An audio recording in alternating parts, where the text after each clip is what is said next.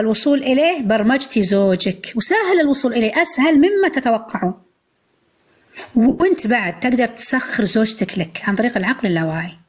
ايش قلنا احنا؟ قلنا العقل اللاواعي هو الذي يقود الإنسان، حقيقة 93% هو الذي يقود شعوره، وإذا سيطر على شعوره والعقل اللاواعي يقود شعوره، إذا طبيعي السلوك يتبع الشعور. تخيلتوا؟ هي كذا العقل اللاواعي يؤثر على الشعور، يعني شيء نرفزك فتظهر سلوك. السلوك هذا شو يسوي؟ هذا يدمر علاقتك مع زوجك ولا ينميها. فاهمين؟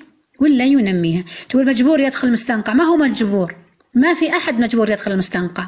تنامين قريرة العين على مخدتك ولا تدخلين المستنقع. اسعي، الزواج اختيار وقرار، اسعي انك تزوجين واحد ما معه حرمة، أرمل. ايش تبين يا ماما برجال الحريم؟ ايش تبين بهم؟ ايش تقول لك واحدة تتكلم،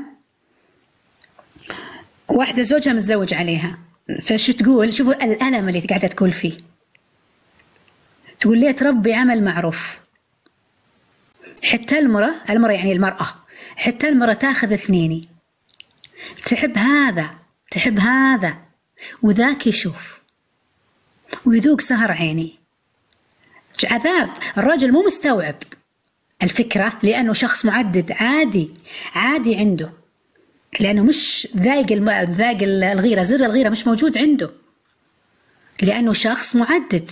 هو لما يحبك ترى يحب غيرك عادي، وإذا حب غيرك ما يعني إنه ما يحبك، لا، يحبكم يا ماما بنفس التفاصيل وأشد، بعد يمكن يحبك أكثر من زوجته الثانية،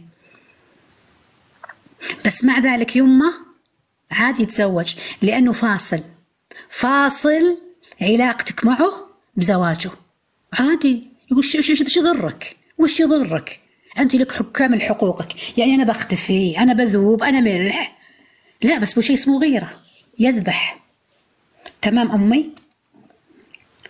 فانتبهوا مع بعض يا ماما، أنتم على علاقتك مع زوجك انتبهي يا ماما، انتبهي، بدل ما تكون سعادة وراحة بال تكون معاناة وعذاب. لا، شو الدنيا أصلا ما تستاهل، ترى الدنيا يا بنات صدقوا ما تستاهل تصير نكد بينك وبين أمك، وما تستاهل تصير بينك نكد أنت وعيالك، وما تستاهل أهم شيء تصير بينك وبين زوجك هو سعادتك. فهميها مني أنا من الآخر، إذا علاقتك ناجحة مع زوجك كل حياتك تصير حلوة وردية.